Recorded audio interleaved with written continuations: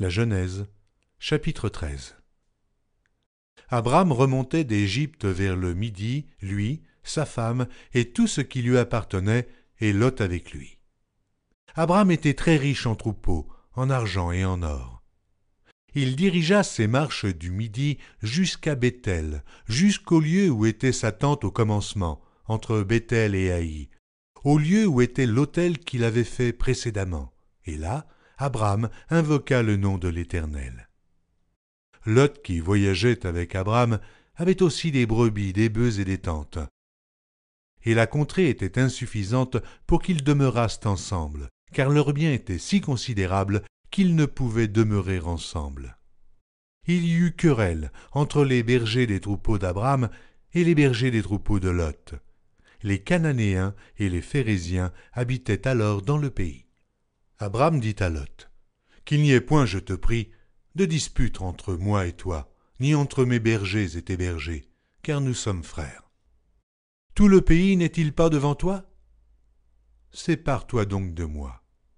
Si tu vas à gauche, j'irai à droite. Si tu vas à droite, j'irai à gauche. » Lot leva les yeux et vit toute la plaine du Jourdain, qui était entièrement arrosée. Avant que l'Éternel eût détruit Sodome et Gomorrhe, c'était jusqu'à Tsoar, comme un jardin de l'Éternel, comme le pays d'Égypte. Lot choisit pour lui toute la plaine du Jourdain, et il s'avança vers l'Orient. C'est ainsi qu'ils se séparèrent l'un de l'autre. Abram habita dans le pays de Canaan, et Lot habita dans les villes de la plaine, et dressa ses tentes jusqu'à Sodome. Les gens de Sodome étaient méchants, et de grands pécheurs contre l'Éternel. L'Éternel dit à Abram, après que Lot se fut séparé de lui, « Lève les yeux, et du lieu où tu es, regarde vers le nord et le midi, vers l'Orient et l'Occident. Car tout le pays que tu vois, je le donnerai à toi et à ta postérité pour toujours.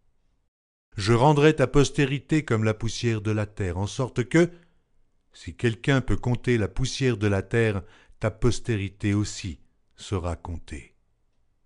Lève-toi, parcours le pays dans sa longueur et dans sa largeur, car je te le donnerai. » Abram leva ses tentes et vint habiter parmi les chênes de Mamré, qui sont près d'Hébron. Et il bâtit là un autel à l'Éternel.